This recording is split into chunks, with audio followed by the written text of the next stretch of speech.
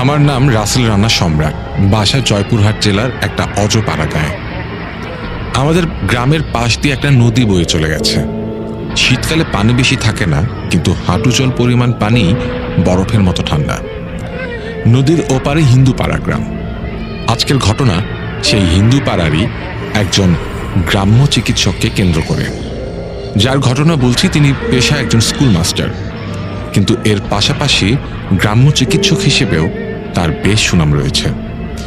বলা হয়ে থাকে যে সবার চিকিৎসা বারবার, ওনার চিকিৎসা একবার। ওনার নাম ছিল বীরেন্দ্রনাথ হালদার। গ্রামের যে কোনো বয়সের মানুষ অসুস্থ হলে ওনাকে খবর দেয়া মাত্র এসে হাজির হতেন। কি শীত কি গ্রীষ্ম, কোনো কিছুর তোয়াক্কা করতেন না। তো একবার হলো কি, উনি এক দুরারোগ্য ব্যাধিতে আক্রান্ত হলেন। অনেক বড় বড় ডাক্তার কবিরাজ দেখানোর পরেও যখন তিনি আর সুস্থ হচ্ছেন না, তখন পরিবারের লোকেরা তার আশা ছেড়ে দিয়েছেন। আমরা জানি হিন্দু ধর্মের রীতি অনুযায়ী কেউ মৃত্যুমুখে পতিত হলে তাকে ঘর থেকে বের করে আঙিনায় তুলসী তলায় রাখা হয়। তো রীতি অনুযায়ী তাকেও তুলসী তলায় নামানো হয়েছিল। দুদিন পরে ওই ডাক্তারের স্ত্রী একটা অদ্ভুত স্বপ্ন দেখেন। তিনি দেখতে পান বেশ লম্বা দাড়িওয়ালা, মাথায় বেশ বড় জটাধারী এক সাধু তাকে আদেশ করছেন যে গ্রামের অদূরেই একটা কালী মন্দির আছে, সেখানে এক তান্ত্রিক এসেছেন বেশ কিছুদিন আগে।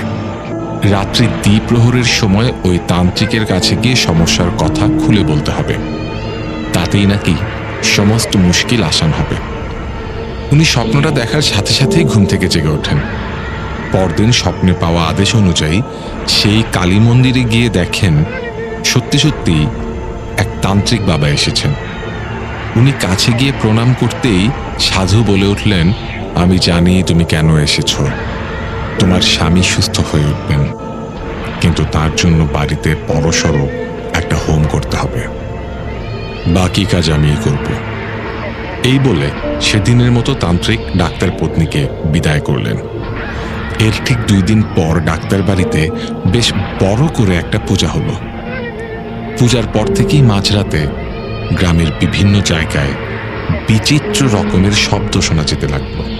হঠাৎ করে কেউ কেউ তাদের পরিচিত মানুষের ডাক শুনতে আরম্ভ করলেন।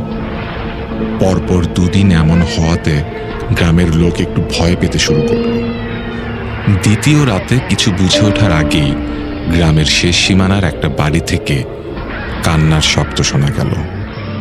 ওই বাড়ির 7 বছরের একটা বাচ্চা ছেলে চিৎকার করে ও মাগো বলে বিছানা থেকে পড়ে মারা যায়।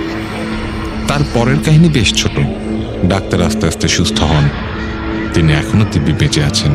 লোকের মুখে শোনা যায় যে ওই বাচ্চার মৃত্যুই নাকি ডাক্তারকে নতুন জীবন এনে দিয়েছে।